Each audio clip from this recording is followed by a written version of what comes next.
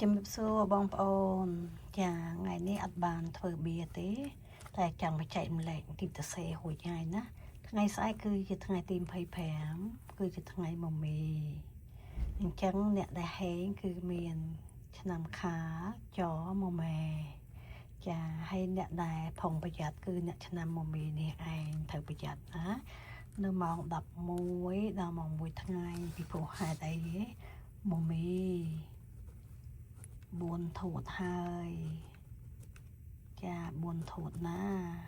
hai năngผลิตเนี่ยนำจูดนะจะนำจูดใส่นังผงประหยัดอีกครั้งนะจะมามีมาบัวหน่อยผงประหยัดนะเนี่ยนำจูดนะจูดผัวไอ้จูดอดเท่ามวยมามีเตะchẳng ai bây giờ á phụ ấy mà mỹ mò lòng buồn thổ thế này bong bồn mà mỹ mò lòng buồn thổ thế á chẳng nhận chút nó xô mình cả phòng bây giờ ha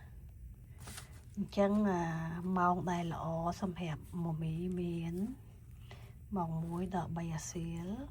mong ba đầm buồn giúp đang mong bấy đầm mong phèm phư nó chà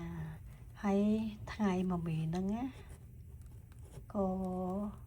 ที่ថ្ងៃស្ថាបនាឬក៏ជាថ្ងៃបង្កើតអញ្ចឹងយើងអាចធ្វើអីបានខ្លះអាចធ្វើអ្វីបានខ្លះ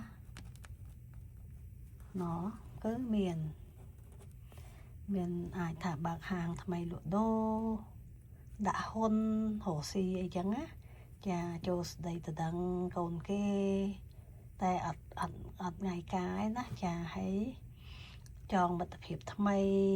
មិត្តភ័ក្តិណាមិត្តភាពណាចាមិត្តថ្មីអីហ្នឹងយើងអាចចងសម្ព័ន្ធភាពមិត្តបាន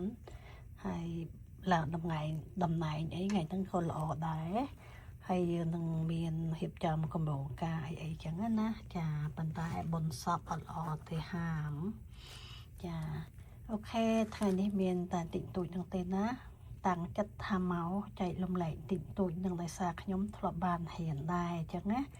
ចាអញ្ចឹងខុសទោះអីសូមកុំប្រកែប្រកាន់ណាដោយសារថ្ងៃនេះអត់បានធ្វើបៀចារហូតដល់ធ្វើតែបៀឯងហើយ